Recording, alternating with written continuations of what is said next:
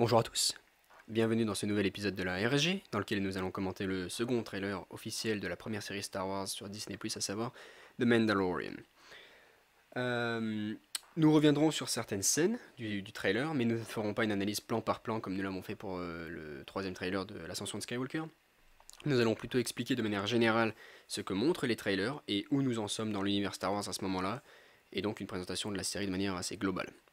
Donc comme je l'ai déjà dit, il s'agit de la première série Star Wars sur Disney+, et avec le service de streaming de Disney, Lucasfilm va y mettre les projets un peu différents, ou les ex-spin-offs, tels que le film sur Obi-Wan Kenobi, puisque les spin-offs ont été annulés après l'échec de Solo, et il devait y avoir un film sur Obi-Wan Kenobi, maintenant ça sortira en série, donc ça sera 6 épisodes d'1 heure.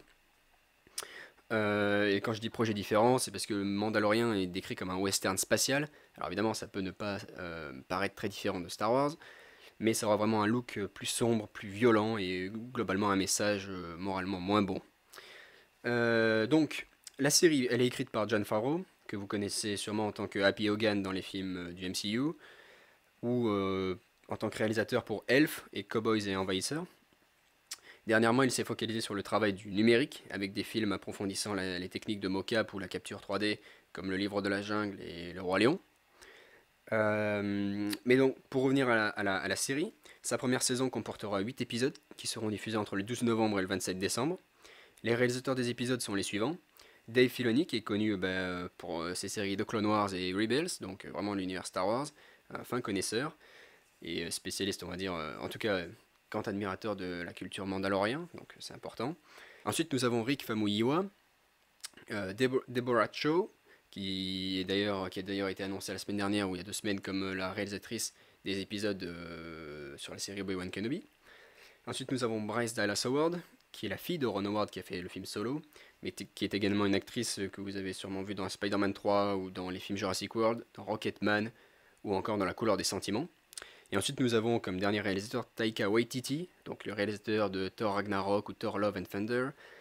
Et il joue également dans la série Mandalorian IG-11. J'y reviendrai plus tard. Donc pour finir sur la présentation, la BO de la série est composée par Ludwig Göransson, donc le compositeur suédois connu pour Black Panther ou les films Creed, et également pour le prochain film de Christopher Nolan, à savoir Tenet. Donc la série se déroule 5 ans après les événements décrits dans Le Retour du Jedi, donc à savoir donc 20 ans avant le réveil de la Force, donc il n'y aura pas le Premier Ordre, mais il y aura bien des vestiges impériaux, car la Nouvelle République, mise en place par l'Alliance Rebelle, donc avec Mon Mothma, Leia Organa, l'Amiral Akbar, etc., eh ben, ils ne contrôlent pas encore bien tous les territoires et leurs lois ne sont pas encore arrivées jusque dans la bordure extérieure où se déroule la série. Bon, quant aux planètes précises où se déroule la série, pour ça on verra plus tard. Donc à ce moment-là, on arrive à un moment où on ne sait pas trop en fait ce qui est devenu le peuple mandalorien. Et de manière générale, si Mandalorian, vous savez pas trop ce que c'est, en fait, Mandalore c'est un secteur, la capitale étant Mandalore, c'est une planète, et les Mandaloriens, historiquement, c'est un peuple de guerriers. Et donc dans l'univers légende, leur histoire remonte très loin et comporte de très nombreuses guerres et péripéties. Mais dans le nouveau canon de Disney, en gros, les personnages les plus connus sont probablement Boba Fett et Jango Fett, qu'ils soient mandaloriens ou non, leur armure est bien mandalorienne, et ils sont connus pour ça. Donc le peuple mandalorien, eh ben, en fait, dans la série Clone Wars, on découvre qu'il est devenu pacifiste durant la guerre des clones, sous le règne de la duchesse Satine, mais avec comment dire, un groupe dissident qui s'appelle les Death Watch, dirigé par Pre Vizsla, se rebellent et ils prennent d'assaut la capitale Mandalore. Et donc bon, il y a plein d'épisodes Clone Wars là-dessus, mais pour faire vite, ils se sont associés à Maul et à son frère Savage Opress, et avec plusieurs guildes criminelles, ils ont formé une organisation qui s'appelle le Shadow Collective. Et Mandalore eut alors droit à une nouvelle guerre civile, et on verra certains de ces éléments, dont le duel Ahsoka-Maul, dans les prochains épisodes de Clone Wars à sortir dès février, ou si vous voulez être un peu en avance, vous pouvez le lire en lire quelques éléments, on va dire, dans le roman Ahsoka. Donc, avec la naissance de l'Empire, Mandalore fut maté par une arme développée par... Enfin, les guerriers mandaloriens furent matés par une arme développée par Sabine Wren, mais cette dernière a fui et a intégré le groupe rebelle dirigé par Hera Syndulla, qui est donc chef de l'équipe des personnages que l'on suit dans la série Star Wars Rebels, et qui deviendra général à l'époque de Rogue One. Donc pour revenir aux Mandaloriens, plusieurs groupes dissidents se sont formés face à l'Empire et aux Mandaloriens impériaux qui sont menés par Gar Saxon, tels que les protecteurs de Concord Town, qui sont eux menés par Fenn Rau.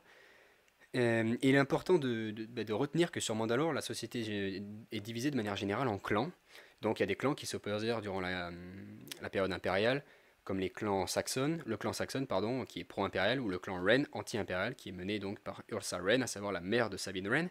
Et chaque clan en fait fait partie de maisons, donc les maisons c'est des factions politiques mandaloriennes en gros.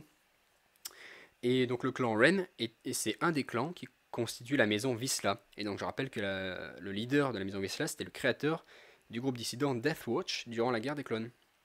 Donc à la fin de la série, Rebels, Satine reste avec son frère Tristan et sa mère Ursa et tout son clan pour combattre l'Empire sur Mandalore, et en gros les virer du secteur, en s'étant entre-temps allié au protecteur de Concord Down, qui est pourtant à l'origine une faction opposée aux Vizsla, puisque bon en gros ils sont ennemis des Death Watch qui combattaient pour l'indépendance guerrière de leur peuple durant la guerre des clones, alors que les protecteurs ont notamment aidé à la formation de l'armée clone. Donc, entre-temps, dans certains épisodes précédents, Sabine avait récupéré le sabre noir, qui était l'arme de Prévisla, le leader des Death Watch, pardon, et une arme forgée par le seul Mandalorien qui fut Jedi des siècles plus tôt. Et donc Sabine donne ce sabre noir à Bo-Katan, qui était la sœur de la duchesse Satine, et aussi commandant en second des Death Watch.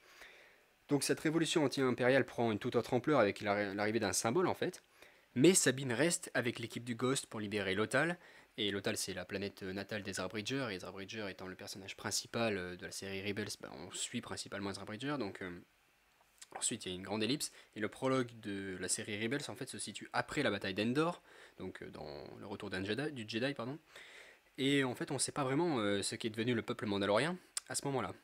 Mais il est possible qu'ils n'aient pas gagné la bataille contre l'Empire, ou du moins qu'ils aient eu beaucoup de pertes, ou qu'ils aient eu à vivre dans de terribles conditions, puisque dans ce second trailer, le personnage joué par Werner Herzog prononce cette phrase.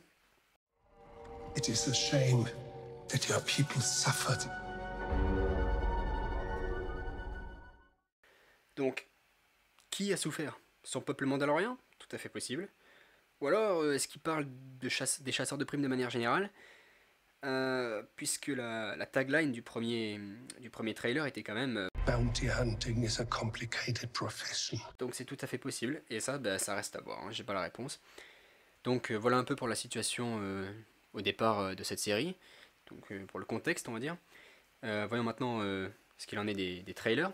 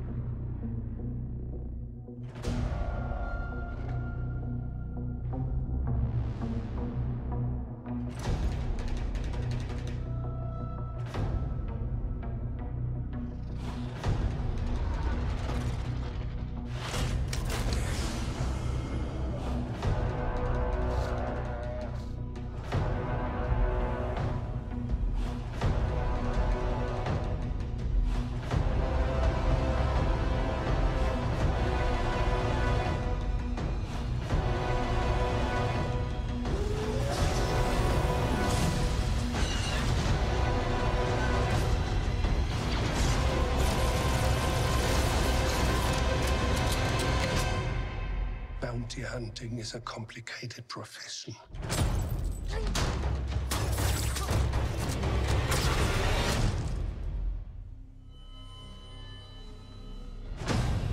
Don't you agree?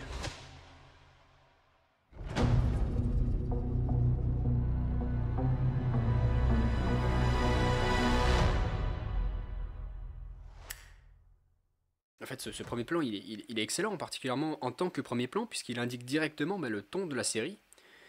Ensuite, on voit un nouveau vaisseau, c'est le vaisseau du Mandalorien qui s'appelle The Razor Crest, et c'est un design qui fait très chasseur de primes, qui correspond très bien, un peu comme le Slave One ou le D5 Mantis par exemple.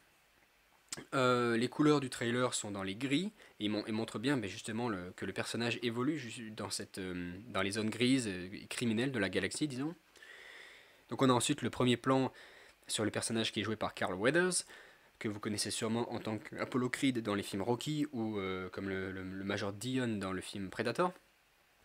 Donc dans la série, il joue Greef Karga, c'est le leader d'une guilde de chasseurs de primes, qui emploie notamment notre personnage du Mandalorien, qui lui est interprété par Pedro Pascal, que vous connaissez sûrement en tant que Oberyn Martell dans Game of Thrones, ou Javier Peña dans Narcos. Et côté grand écran, vous l'avez sûrement déjà vu dans Kingsman le Cercle d'Or, Equalizer 2, ou encore récemment dans Triple Frontière.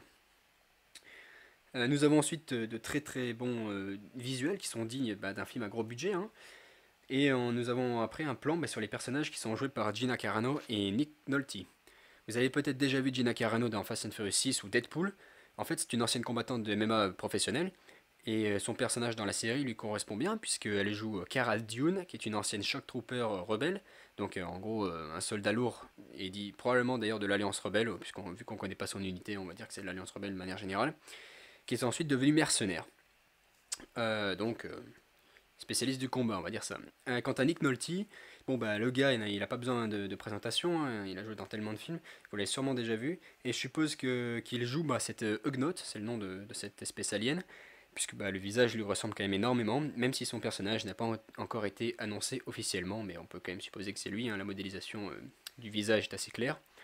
Ensuite, on continue la présentation des personnages avec une chasseuse de primes Twi'lek, qui est jouée par Natalia Tena, donc l'actrice de l'Aurore, Nymphadora Tonks dans Harry Potter, et de la sauvageonne Osha dans Game of Thrones.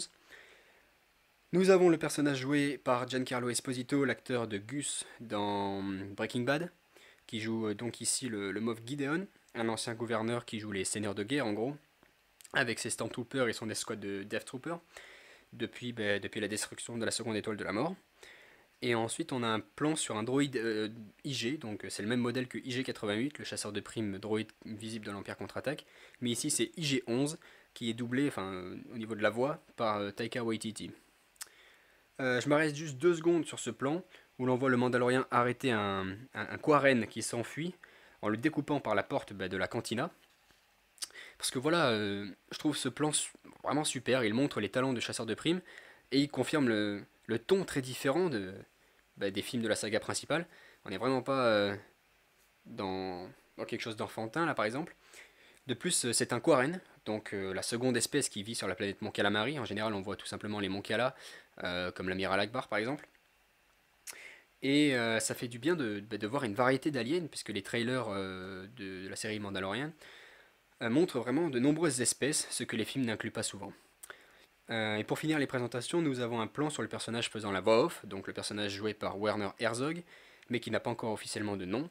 Et donc d'après ce qu'on peut voir dans les trailers et les scènes qui ont été diffusées à Chicago lors de la célébration Star Wars de 2019, il s'agit en fait d'un ex-impérial, on peut le voir à son insigne ici, qui est également protégé par des Stormtroopers, en gros dans ce monde où chacun fait un peu sa loi, hein. Passons maintenant au second trailer.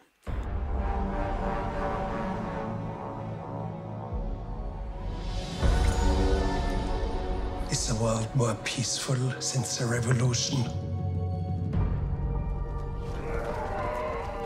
It is a shame that your people suffered.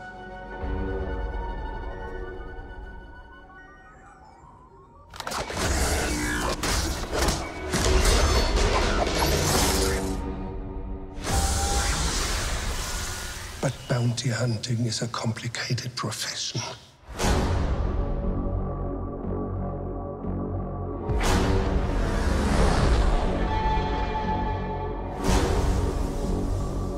They said you were coming. They said you were the best in the parsec. Would you agree?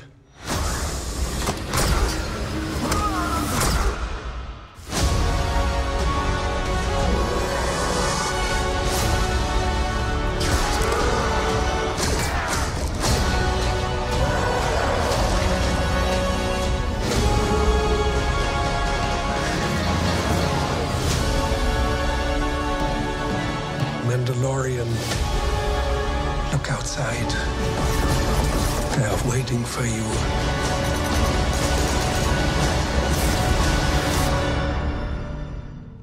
Yeah? Good.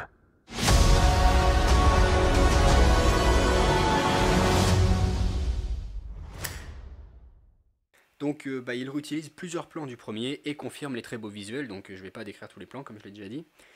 Donc on voit ici deux blurgs, donc c'est une espèce qui est utilisée comme monture. On avait pu les découvrir sur Rylot dans la première saison de Clone Wars, mais ça ne veut pas dire qu'on est sur Rylot ici, puisque c'est une espèce qui vit sur de nombreuses planètes.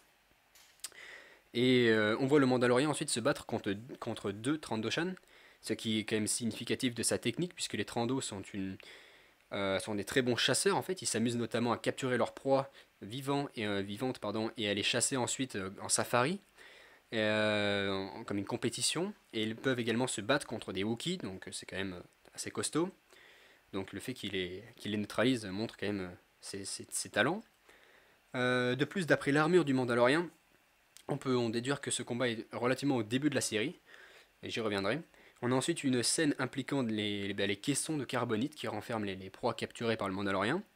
Puis on le voit rentrer dans une cantina où, comme dans l'épisode 4, Un Nouvel Espoir, on peut y voir de nombreux criminels qui d'ailleurs notent tous l'arrivée du Mandalorien, étant donné que l'armure mandalorienne est un symbole de crainte et de respect dans la galaxie. Et d'ailleurs, concernant son armure, on voit qu'il a des parties bien plus brillantes dans certaines scènes que dans d'autres. Donc on peut supposer qu'il a upgradé son armure au fil des épisodes. Et oui, donc ici, ces Stormtroopers impériaux sont ceux du personnage de Werner Herzog. Et ce plan, c'est pour moi le plan le plus intéressant du second trailer. Déjà, on y voit une canonnière droïde de l'armée séparatiste, qui date donc de la guerre des clones. Sauf si, bon, elle a probablement été modifiée, mais elle est quand même assez vieille. Le modèle est assez vieux, on va dire. Et avec également des super droïdes de combat qui sont modifiés, ce qui pose de nombreuses questions sur qui les utilise à ce moment-là. Est-ce que ce seraient des chasseurs de primes qui utiliseraient on va dire une escouade droïde comme assistant, enfin assistant, comme aide au combat, on va dire.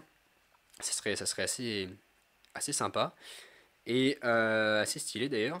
Ou alors est-ce que, par exemple, cet enfant ne serait pas le Mandalorien, par exemple le Mandalorien donc jeune dans un flashback par exemple, ayant été poussé à fuir par la guerre et à vivre du coup un peu comme il pouvait en dehors des lois et donc en devenant chasseur de primes. Dans ce cas, il se pourrait même qu'il soit pas lui-même Mandalorien.